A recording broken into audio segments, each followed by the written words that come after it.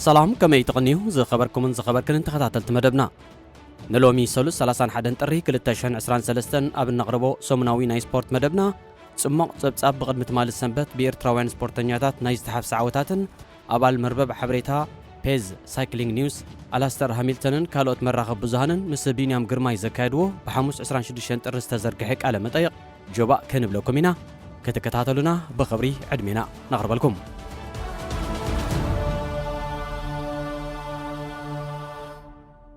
ተቀዳዳማይ ቤልጅማዊት ወርልድ ቱር ቲም አንተርማክሼ ሲርከስ ዋንቲ ኤርትራዊ ቢንያም ግርማይ በቅድመት ማለት ሰንበት ኣብ እስጳኛ ዝተሰላሰለ ውድድር ማዮካ ቻሌንጅ ትሮፊዮ ፓልማ ካልኣይ ደረጃ ክሕዝን ከሎ በሐሙስ 26 ጥር ድማ ኣብ ውድድር ትሮፊዮ ሴ ሳሊንስ ኣሊስዊድያ ሳልሳይ ደረጃ ኮይኑ ብምእታው ኣብ ውሽጢ 4 መዓልታት ክልተ ግዜ ኣብ ፖድየም ሓኺሩ። መበል 16 ውድድር ላ ትሮፒካል ኣሚሶ ቦንጎ ዝርገቦን ብሰንበት 29 ጥሪ ብዓወት ዴንማርካዊ ኣሌክሳንደር ሳልቢ ኣብ ዝተፈጸመሉ ኣባል ሃገራዊት ጋንታ ኤርትራ ሄኖክ ሙልብርሃን ኣብዚ ሸውዓይን መዛዘምን መድረኽ ካልኣይ ተርታ ተሰሪዑ። ብዘይካዚ ሄኖክ ኣብ ቀጠልያ ማልያ ሽኳን ኣብ ጻዕዳ ማልያ ብሉጽ መንእሰይን ኣኽሊሉ ኣረፋይነ ኣብ ማልያ ንጉስ ዓቐብ ሃገራዊት ጋንታ ኤርትራ ኣብ ውድድር ጋንታታት ብተመሳሳሊ ሳልሳይ ደረጃ ሒዞም። ንብጫ ማልያን ቀጠልያ ማልያን ዙርጋቦን ፈረንሳዊ ጂኦፍሪ ሶፔ ንማልያ ንጉስ ዓቐብ ቤልጅማዊ ሌናርት ቴግለስ ንጻዕዳ ማልያ ኣልጀራዊ ሓምዛ ዓማሪ ተዓዊቶምለን። ኣብ ተመሳሳሊ ዕለት ተቀዳዳማይ ማሌዥያዊት ኮንቲኔንታል ክለብ ተሬንጋኑ ፖሊጎን ኤርትራዊ መትከል ኢዮብ ካዛክስታናዊ ሩዶልፍ ሬምኪ ቀዳማይ ኣብ ዝወጸሉ ሳልሳይ መድረኽ ዙር ሻርጃ ሳልሳይ ኮይኑ ሕንጻት ምርጋጽ ንሽልማት በቒዑ። ኤርትራዊ ኦሎምፒካዊ ኣትሌት ዕቑበ ክብሮም ቀድሚ ሳልስቲ ንውድድር ፍርቂ ማራቶን ሲቪያ ብሓደ ሰዓት 1 ደቂቕን ሓንቲ ካልኢትን ብምዕማም ንተዓዋቲ ኢትዮጵያዊ ዋልልኝ ኣምደ ወርቂ ስዒቡ ተሸላሚ ብሩር ማዳልያ ኮይኑ ኣብ 2022 ኢቫን ፖይል ፋን ኣርት ቪንገጋርድን ፓጋቻርን ብሉጽ ብቕዓት ዘንጸባረቑ ተቐዳደምቲ እኳ እንተኾኑ ኣብ ውድድር ክላሲክ የንት ቬቬልየምን ጂሮ ዲ ኢጣልያን ብዘመዝገቡ ዓወታት ናሕያሎ ሰባት ዘደንጸወ ግን ቢንያም ግርማ እዩ። ኣላስተር ሃሚልተን ኣብ ኣልቢር ስጳኛ ብዝተኻየደ ጋዜጣ ዋዕላ ክለብ አንተርማክሼ ሲርከስ ዋንቲ ንቢንያም ሕቶታት ከቕርበሉ ዕድል ረኺቡ ነይሩ። ካልእ ዓመትን ካልእ ዕለተ ጋዜጣ ዋዕላን ክለብ አንተርማክሼ ሲርከስ ዋንቲ ኣብ ስጳኛዊት ኮስታ ብላንካ ኣልቢር እዚ ጋዜጣ ዋዕላ ካብቲ ኣነ ንፈለማ እዋን ዝተሳተፍ ኩሉ 2016 ተቐይርሎ።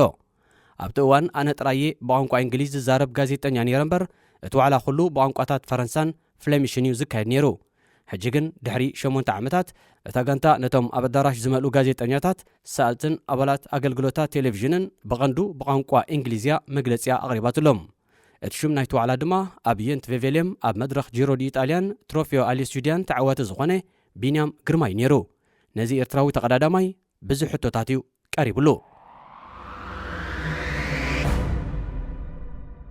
ፔዝ እዚ ዝሓለፈ 2 ዋርሕን ን2023 ዝገበርካዮ ምድላውን ከመይ ነይሩ? ብሓቂ ሕጉስ እየ። ኣብ ዓደይን ካብ ፀፍሒ ባሕሪ ልዑል ብራኸ ኣብ ዘለዎም ቦታ ብግቡእ እናተለማመድኩን እናተዳለኹን የሕሊፈዮ። ሕጂ ኣብቲ ካልኣይ መለማመድ ቦታና ተመሊሰ ኣለኹ።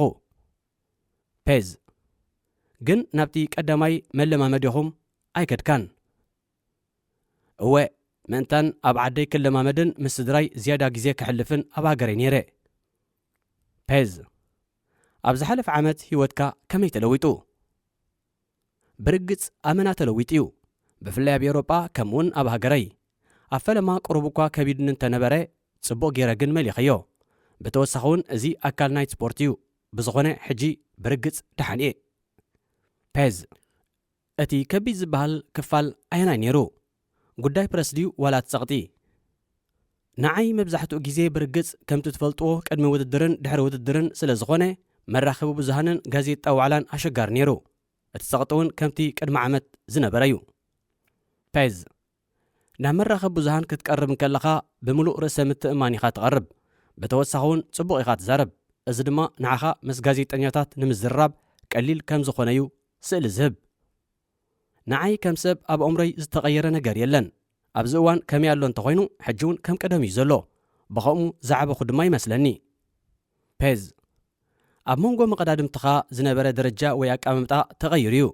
ሕጂ ተዓዋቲ ውድድር የንት ቬቬልየምን መድረኽ ጂሮ ዲ ኢጣልያን ስለ ዝኾንካ መወዳድርትኻ መን ምዃንካ ክፈልጡን ክከታተሉኻን እዮም። ብመወዳድርትኻ ብዝያዳ ክትግበር ጽቡቕ እዩ። እዚ ናብ ናይ ወርልድ ቱር ክለብ ምስ ተጸንበርኩ ድሮ ተለዊጡ እዩ። ብፍላይ ሕጂ ኩሉ ነገር ተቐይሩ እዩ። ከም ተቐዳዳማይ ኣብ ፔሎቶን ክትህሉን ኣብታ ጋንታ ዝያዳ ኣኽብሮት ክትረክብን ኣብ ገዛእ ርእስኻ ብዝበለጸ ክትተኣማመንን ዝገብር እዩ። ብተወሳኺ እውን ሕጂ ጽቡቕ ውፅኢት ክረክብ ከም ዝኽእል ስለ ዝፈልጥ እዚ እውን ዝያዳ ርእሰ ምትእማን ይገብረልካን ብመቐዳድምትኻ ብዝበለጸ ኣኽብሮት የውህበካን እዩ። ኣብ ንእሽቶ ጋንታ ከለኹ ይዝክሮየ ካብዚ ናብ ክለብ ወርልድ ቱር ምስ ሰገርኩ ዘለኽዎ ሙሉእ ብምሉእ ዝተፈልየ ነይሩ። ሕጂ ብዝበለጸ ኣኽብሮታዊ እዩ ክንብሎ ንኽእል። ካብቲ ዝነበሮ ዝቐለለ ድዩ? ቀሊል ኣይኮነን። ከም ነብሰይ ክሪኦን ከለኹ ግን ሕጂ ዝያዳ ይምእምእ። እንታይ ትፍልልይ? ምስ ናይ ቅድም ከነጻጽሮ ከለኹ ንእሽተየ ነይረ። ወላ ሓደ ዝፈልጠካ ሰብ የለን። ስለዚ ኩሉ ግዜ ምናልባት ኣብ ዓባይ ጉጅለ ወይ ከዓ ፔሎቶን ኣብ ድሕሪት ኢኻ ትኸውን። ሕጂ ግን ናብ ቅድሚት ትመጽእ ዝሓሸ ክትገብር ከም እትኽእል ድማ ይፈልጥዮም። ስለዚ ብውሕዱ ዝደለኻዮ ክትገብር ኣብ እትኽእለሉ ደረጃ ኣለኻ። እዚዩ ድማ ዝያዳ ርእሰ ተኣማንነት ዝህበካ። ፔዝ ካልኦት ሰባት ይኹኑ ንስኻ ባዕልኻ ኣብዚ ግዜ ካብኻ ብዙሖም ዝጽበዩ ነዚ ንምምሕዳሩ ቀሊል ድዩ? ኣብ ዝሓለፈ ዓመተ ውድድር ጽቡቕ ከም ዝነበርና ንፈልጥ ኢና። ስለዚ ንዓይ ከም ናይ ዓሚ ተመሳሳሊ እዩ። ኣብ ወቕቲ ጽድያ ከምኡውን ኣብ ቱር ዲ ፍራንስ ዝሓሸ ውፅኢት ክረክብ ተስፋ ገብር። ብወገነይ ግን እዚ ብዘይ ዝኾነ ይኹን ጸቕጥ እዩ። ምኽንያቱ ምስ ደቂ ጋንታ ይኮይንና ብሓባር ዝሓሸ ውፅኢት ከነመዝግብ ከም እንኽእል እፈልጥ እየ። ከምቲ ኣቐዲምና ኣብ መግለጺ ናይ ክለብና ዝብልናዮ ሓያል ዓቕሚ ኣለና። ንኡድ ብቕዓት ዘለዎም ተቐዳድምቲ እውን ኣለውና። ንመጻኢ ግዜ ኣብ ግምት ኣእቲና እውን ንሰርሕ ኣለና። ብተወሳኺ ነፍሲ ወከፍ ተቐዳዳማይና ብሉፅ ውፅኢት ንኽረክብ ብዝከኣለና ክንጽዕት ይግባአና። ፔዝ ጋንታኹም ከም ዝሓለፈ ዓመት ሓያል ኣይኮነትን ክትበሃል ትኽእል እያ። ኣብዚ እንታይ ርእቶ ኣለካ? ገለ ንፍዓት ተቐዳደምቲ ካብ ጋንታና ስለ ዝወፁ ብርግጽ ከምዚ ዝበልካዮ ክለብና ኣብ ወረቐት ሓያል ኣይትመስልን። እንተኾነ ግን ሕጂ እውን ብርትዕቲ ጋንታ ኣላትና። ልክዕኡ ከም ዓሚ ምስ ቀዳሞት 5 ጋንታታት ክንስራዕ ቀሊል ኣይክኸውንን እዩ። ይኹን እምበር ምስ ላዕለዎት 10 ክለባት ክንኣቱ ንኽእል ኢና። ፔዝ ክለብ ኣንታኽማርሼ ኣብ ዙርያኻ ንዝተሃንጸት ናይ ክላሲክ ጋንታ ንምትርናዕ ንማይክ ተውኒሰና ኣምፅያ ኣላ። እዚ ጽቡቕ ነገር ክኸውን ኣለዎ ሓቀይ ዶ? እወ ብልክዕ ነዛ ናይ ክላሲክ ጋንታና እንተዳሪእና ሓያል ጋንታ ኣላትና ኢለ ኣምን። ነቶም ሓቖርቲ ዓቐብ እንተዳ ተዓዚብናዮም እውን ብዝግባእ ዝሓየለት ጋንታ ኣላትና። ስለዚ ኩሎም ተቐዳደምትና ምስ ጥዕንኦም እዮም ክህልው እሞ ከምዚ ዘለናዮ ቃልስና ክንቀጽል ንትስፎ። ምኽንያቱ ኣነ ብናይ ጋንታና መንፈስ ዓወት ኣመና ሕጉሴ ነፍሲ ወከፍ ኣዕዚዝዩ ዝሃልኽን ፍናን ዘለዎን። ስለዚ ኣብ ክልቲኡ ሸነኽ ሓያል ጋንታ ኣላትና መስለኒ። ፔዝ ወትሩ ሕያዋይ ኢኻ። ስለዚ ምስ ካልኦት ሰባት ክትሰማማዕ እትኽእል ቅልል ዝበለ ሰብ ዲኻ? እወ ከምኡ መስለኒ። ፔዝ ሓደ ሓደ ግዜ ግን መራሒ ክኸውንን ናቱ መንገዲ ክህልወን ኣለዎ። እወ ግን ኣብ ብሽክለታ እምበር ካብ ብሽክለታ ወፃ ኣይኮነን። ማለተይ ኣብ ጋንታና ኩሉ ሰብ ንሓድሕዱ ክትሓጋገዝ ዕጉብ እዩ። ስለዚ ጎነፃዊ መራሒ ምዃን ኣየድልየካን እዩ። ኩሉ ተቐዳዳማይ ነታ ጋንታን ንዓይን ክሕግዝ ኣመና ሕጉሴ። ኣነ ድማ ምስ ኩሉ ሕያዋይ ክኸውን ጥራይ እዩ ድልየተይ። ባህርያተይ ከምኡ እዩ። ክቕይሮ ከዓ ኣይክእልን እየ። ኣባል ፕረስ ክለብ ኣንታኽማርሼ ሳራ ኢንግልስብሬክት ኣብ መንጎ ብምእታው ርእቶይ ከካፍል እንተ ደኣ ኮይነ ቢኒ ዝተቐየረ ኮይኑ ይስማዓኒ። ንሱ መራሕ እዩ። ሕጂ እውን ዝሑል ርጉእን ፍሕሹን ኮይኑ ኣብ ጉጅለ ሕውስ እዩ። እቲ ናይ ዓሚ ቢኒ እዩ ዘሎ። ገለ ነገር ምስ ዘድልየካ ይነግረካ እዩ፣ ግን ድማ ብትሕትና። ቢንያም እቲ ጉዳይ ብዛዕባ ምክብባር እዩ። ምኽንያቱ እታ ጋንታ መራሒ ክትከውን እንተ ደኣ ኣሚናትካ መራሒ ክትከውን ኣለካ። ግንካ ወትሩ ዘይኮነስ ኣብ ቅኑዕ ህሞት። ስለዚ ዝኾነ ነገር እንተ ደኣ ደልየ ኣሕትት እንተኾነ ግን ሕጂ ኩሉ ብጽቡቕ እዩ ዝኸይድ ዘሎ። ከም መራሒ ምውሳእ ግን ከም ዝመስለኒ ብፍጹም ጸገም የብሉን። ፔዝ ከም ዝመስለኒ ምስ ክለብ ኣንታኽማርሼ ክሳብ 2026 ዝጸንሕ ውዕል ኣለካ። ምዛ ጋንታ ንነዊሕ እዋን ክትጸንሕ ዝመረጽካሉ ምኽንያት እዚ ድዩ? ኣብዚ ምህላወይ ካብ መጠን ንላዕሊ ሕጉሴ። ንሓድሕድና ልክዕ ከም ሓደ ስድራ ከም እንቀራርብ ድማ ኩሉ ሰብ ይፈልጥ እዩ። ስለዚ እቲ ኣገዳሲ ነገር ንዓይ ንሱ እዩ። ምኽንያቱ ብዝከኣለኒ መጠን ኣብዚ ሞያ ነዊሕ ክጸንሕ ይባህገይ ኣብ ውድድር ጥራይ ዘይኮነስ ካብ ውድድር ወፃውን ንዓይ ዝበለጸት ዝኾነት ጋንታ ክሓርለኒ ንውድድር ጥራይ ኢልካ ተኸይድ እንተዳ ኮንካ ኣብ ቤትካ ዘለኻ ኮይኑ ኣይክስማዓካን እዩ ስለዚ እዛ ጋንታ ከም ካልእቲ ስድራይ ኮይናያ ትስማዓኒ ፔዝ ኣብ ዝሓለፈ 2 ወርሕ ፍሉይ ልምምድ ኣካይድካ ዲኻ ሕጂ እውን እንተኾነ ከም ተቐዳዳማይ ከም መሓይሾ ዝግባእኒ ነገራት ኣለዉ ስለዚ ኣብዚ ኣተኲረ ክሰርሕ ጸኒሐ ምሕኳር ዓቐብ ሽኳ ከምኡውን ውድድር ክሮኖሜተር ብዝበለጸ ንምክያድ ብዘይካዚ ናይ ብሓቂ ሓያል ኣሰልጣኒ ውጥን ኣመጋግባን ስፖርትን ኮታ ኩሉ ነገር ኣለኒ ዕላማይ ንኻርም ወትሩ እዮም ዝሕግዙኒ ጌጋ እንትዳእ ፈጺመ ነቲ ቕኑዕ ይነግሩንን ከምዚ ግበር ኢሎም ይምዕዱንን ብተወሳኺ ምስቲ ሓድሽ ልምምድ ምዃኑ ፍሉይ ነገር እዩ ፔዝ ብፍሉይ ዝያዳ ዘተኰርካሉ ነገር ነይሩ ድዩ ንውድድራት ክላሲክ እንተዳ ርኢኻዮም ክኢላ ሽኳ ክትከውን ኣለካ ብተወሳኺ እውን ዓቐብ ብጽቡቕ ክትሓኩር ኣለካ ኣነ ግን ኣብ ሽኳየ ዝዓይ ዘለኹ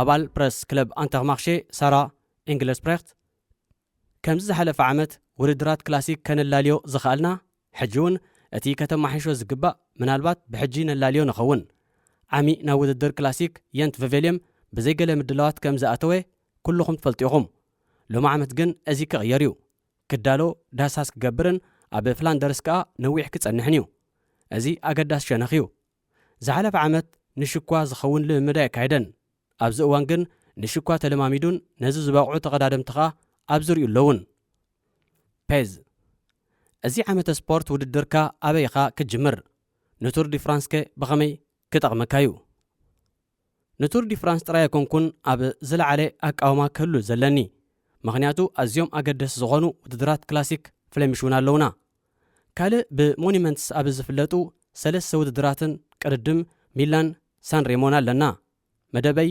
ዘይከም ዓሚ ብጽሁፍ እዩ ተሰሪዑ ዘሎ ስለ ዝኾነ ድማ መዓስ ናብ ዓደይ ይኸይድ መዓስከ ኣብዚ ይጸንሕ ፈለጠ ቀዳማይ ውድድረይ ኣብ ማዮካ ማያ ብድሕሪኡ ድማ ኣብ ቫለንሽያ ክኸውን እዩ ብምቕጻል ንኽልተ ሰሙን ንልምድ ናብ ሃገረይ ክኸይደ ተመሊሰ ኣብ ውድድር ላጉዌላን ቶሪኖን ክኣትየ ብድሕሪኡ ውድድር ሳንሬሞን ክላሲካትን እዩ ኣብ ውድራት ክላሲክ ኣብ ጽቡቕ ቁመና ክህሉ ተተስፊ ኣለኹ ምኽንያቱ እዚ ማለት ቅድሚ ቱር ዲ ፍራንስ ናብ ኤርትራ ተመሊሰ ኣብ ብራኸ ዘሎ ቦታ ልምምድ ከካይድ ግዜ ኣለኒ ማለት እዩ ካብዚ ኩሉ ብዝያዳ ኣበየናይ ውድድር ኢኻ ክትዕወት ትደሊ ኣብ ሓደ ፍሌሚሽ ክላሲክን ኣብ ሓደ መድረኽ ቱር ዲ ፍራንስን ክዕወት ባህብለኒ ኣየናይ ፍሌሚሽ ክላሲክ ብርግጽ ፍላንደርስ ዓብ ሕልሚ እዩ ብምቕጻል ቱር ዲ ፍራንስ ንዓይ ንደቂ ሃገረይን ንኣፍሪቃን ዓብ ውድድር እዩ ኣብ ዓድኻ ኣብ ልዕሊኻ ዝነበረ ኣረኣያ ዝተቐየረ ነገራት ኣሎ ዶ እቲ ለውጢ ልክዕ ከምዚ ኣብዚ ዘሎ እዩ ወትሩ ብዙሓት ኣባላት ሜድያን ካልኦት ሰባትን ይመፁኻዮም ግን ኣኽብሮት ኣለዎም ደኺመ ኣለኹ እንተዳ ኢልካዮም ይሰምዑኻዮም ናብ ሃገረይ ክምለስ ከለኹ ንዓይ ጽቡቕ እዩ ምኽንያቱ ስድራይ ኣዕሩኽተይ በዓልቲ ቤተይን ጓለይን ኩሎም ኣብዮም ዘለዉ ምስኦም ንኽሕልፎ ድማ እኹል ግዜን ቦታን ኣሎኒ ፔዝ ቅድድም ብሽክለታ ኣብኡ ብዝያዳ ተዋዓዊዕን ፍቱውን ኮይኑ ዶ እወ ብሽክለታ ኣብ ሃገርና ብዝለዓለ ዝፍቶ ዓይነት ስፖርት እዩ ሕጂ እሞ ብዝያዳ ዳርጋ ዕብዳን እዩ ኮይኑ ቆልዑ ክትርኢ ብሓቂ ባህ ዘብል እዩ ብዙሓት ውልዶ ተቐዳደምቲ ኣለዉ እዚ እውን ንዓይ ፍናን ይፈጥረለዩ ፔዝ ኣብ ጋንታኻ ካልእ ኤርትራዊ ተቐዳዳማይ ምሳኻ ክህሉ ትደሊ ዶ ብሓቂ ኣብዚ ምዛ ጋንታ ምህላዊ ይሕጉሴ ድሮ ንኮንቲነንታል ወይ ከዓ መጋቢት ጋንታ ኢሎም ኣርሒቖም ንነዊሕ እዋን ይትልሙ ኣለዉ ስለዚ ሓደ ውልዶ ኤርትራዊ ተቐዳዳማይ እውን ኣሎና ድሮ ምዛ ጋንታ ክታሙ ኣንቢሩ ኣሎ እዚ ማለት ክለብና ብሓቂ ኣብ ኤርትራውያንን ኣፍሪቃውያን ተቐዳደምትን ወፍሪ ትገብር እያ ማለት እዩ እዚ ነዛ ጋንታ ንኽመርሓ ዝያዳ ድርኺት ይሁን እዩ እዛ ክለብ እቲ ኣንኮ ኣብ ልዕሊ ኤርትራውያን ተቐዳደምቲ እምነት ዘሕደረትን ምስኣ ንኽጽንበሩ ዕድል ትፈጥር ዘላን ጋንታ ኮይና ትስማዓኒ ንቐጻሊ ድማ ተወሳኽቲ ተቐዳደምቲ ንምምጻእ ብሓባር ክንሰርሕ ኢና ኣብ ኤርትራ ዘሎ ዓቕሚ ኣዝዩ ዓብዩ ይበሃል ምኽንያቱ ብዙሓት ሓያላት ተቐዳደምቲ ኣለዉ ተቐዳዳማይ ብሽክለታ ንምዃን ዘኽእሎም ኣካላዊ ኣቃውማ ኣለዎም ከምኡውን እቲ መጋግባ ብሉፅ እዩ ኣብ ኤርትራ ጥራይ ዘይኮነ ኣብ ካልኦት ሃገራት ኣፍሪቃ እውን እቲ ተውህቦ ዘሎ መስለኒ ምኽንያቱ ብቕንዕና ንምዝራብ ብርክት ዝበሉ ንፉዓት ተቐዳደምቲ ኣለዉ بزيادة نخحيلو تموكرو ترايو زدليوم. بيز حدا أوانات أب حلم تنبر زلخا كوين دو سمعكا أوه لكع كمز حلمي بولتوف زمت أمو كساب حجون أب حلمي زنبر زلخ كوينو اسمعني. بيز بزعبا زحلف عمت زخونة نقرات دنت يكادو أيفال مبالكو أبرتي عسعيريه أود الدر كلاسيك كعوتون حلمي ينيرو انتوانا جن اتحلمي بحقق التفيو تقايدو قرب زدنسو أب فيفيليم لمد يخون داساس جيرس لزي فلتيو إذن نمتس أنا خد ننبسخان نغانتخان كب كتبلن زيادة رأسا متأمانن يهبكايو. بيز وددر سايكلوكروسن أب مونغوتوم أو وددر كلاسيك متالا الاختغاز خونو فان أرت فان در بولن بيديكوكن أبزو وددر زكايد عودة كرفسن تعزب دو أوه ملو وقت وددر سايكلوكروس بفلاي أب هاقري كوينة يكتاتولي نوددر دك انستيو حويسكا كافلما كساب موداتا تعزيبيه اتسبورت زودادرلو أقباب كمي جيروم نحد حدوم يكالسو كم زلون معزاب أزيو باهي زبل وترو أب كدميت كوينوم يوم نعوز زكالسو يغنون يوم أب حاقايكوا قرق خونيو حدا معالسجن كفتوني. بيز أود الدروبي كتك أرادم زحار خلو مغنياتن تايو أب إرترا كل جزي أب تلفزيون نعزوان يرنا بزعبا سان ريمو فلاندرسن روبين اتن سلسة ودرات جران تورن كالوت هاب أوروبا زكايدون كالدماتن نفلت نيرنا سلازي أب حدا كابتوم عبيتي بمونيمنتس زسوعو ودرات كتساتف تدلي اتا نقست مدرخ زخونت كابزينكا روبيا حدا جزي تحت 23 عامتن كاللهو فتيني نيري تساقم دماي نبورون سلازي لو معمت أبزي كساتف مسجانتاي كوينة وسينة أبتوان كلتشعن 19 عامة مرت بيدكوك تعويت نيرو نتوردر ودي أيوه بأمان كوبل بستسرح من قدي أمنا سلز مست أب كم زبوتا زكايد وددر كلاسيك كقرادم نعيفو لي نقريو. بيز بأمان كوبل أبستهانس من قدي نخذ قرادم كبدت سبنت كاموساخ زلي كادو مسلكا أيفال محر اللخو. بيز أبوان حقاي ويكا عرفتي ميزان سبنت كا يوسغدو أيفال وترو قوامي كبدت سبنة سلزلني لعلي 3 كيلو أيوسخني بدحري دوما لعلي 3 كيلو أيقدلني بزح فرماجو يبلنان كل جزي انتاي كبلع كم زلني يتنقغي ميزان سبنة دما كوسخ أيدلني. بيز أبعدخا بعلات كم يحليف كايو تصبغ نيرو فتسوم زتفالي بهلي زلنا مسدراي نعرختين جزي كحل في زدلي كابيتي رحيغي نابزخون بوتا أي كيدني. بيز بوتسي تودر شامبيون عالم جي خاديخا أبي شامبيون عالم بسترخ بوتسي زي كونس بجيرو دي إيطاليا يجيه مغنياتو نتوردر انت زود نيري دسم بلني أودرات شامبيون عالم جن كان محجي صبغ وتسيت كم زنبرنا تفلت يهم قال دما تماهيري مس حدش ودقان تخا مايك تونيسن نلعلي حدا سمون بحادث أنحكا لغا كامين يركبكم مس مايك كسرح كمت أن العلي حقسي مغنياتو أزيو طعمن حوسن سبيو بعل ملؤ فنان ونيو بزح كابتو مكرو أكافيلونيو بزعبا ودرات كلاسيك درو بزح مبري هيبون اللو كامكور تقردا ماي زدلين دما أزيو 10 معلتات بحبار لمد سريحنا كل نجار دما صفوف يزلو بحبار كن ودادر بهنت إنت نتسبلنا أودرات كلاسيك أمنا أقداسي تقردا ماي كخونيو ناي تور دي فرانس ناي فلما زغر خان تايو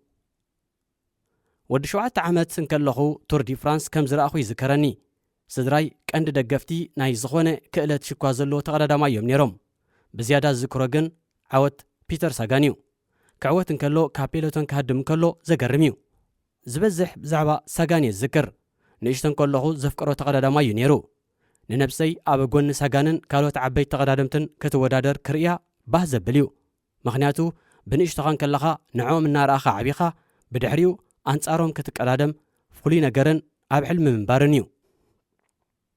بيز أبزحت سهر أوان أب بيلجيم كتودادر تانتي خدو لخا أوه نعي أب بيلجيم موددار كل جيزي فريو اتهم دقفتي ناي بحكي عودات يوم بزيادة أودرات كلاسيك بيلجيم ناي كالس منفس يسمعني كم تفلتوو اتزخب لوردرنا إيروبا أب بيلجيميو مبزحتهم زفلتهم سبات أب بيلجيم مزنبرو كم تقردا ماي أبو بزح جيزي حليفه ጋንታይ ኣብ ቤልጅም እያ ዘላ ምናልባት ኣብ መጻኢ ኣይፍለጥን እዩ ኣነ እውን ኣብኡ ይነብር ኸውን ኩነታት ኣየር ግን ብዝያዳ ኣብ ኢጣልያ ይሓይሽ ዝኸበርኩም ኣፍቃር ስፖርት ንሎሚ ኣሰናዲእናዮ ዝነበርና ሰሙናዊ መደብ ስፖርት ተዛዚሙሎ ዝመጽእ ሰሉስ ብኻልእ ዝተፈላለየ ትሕዝቶታት ክሳብ ንራኸብ ንኹልና ኣብ ዘለናዮ ሰላምን ጥዕናን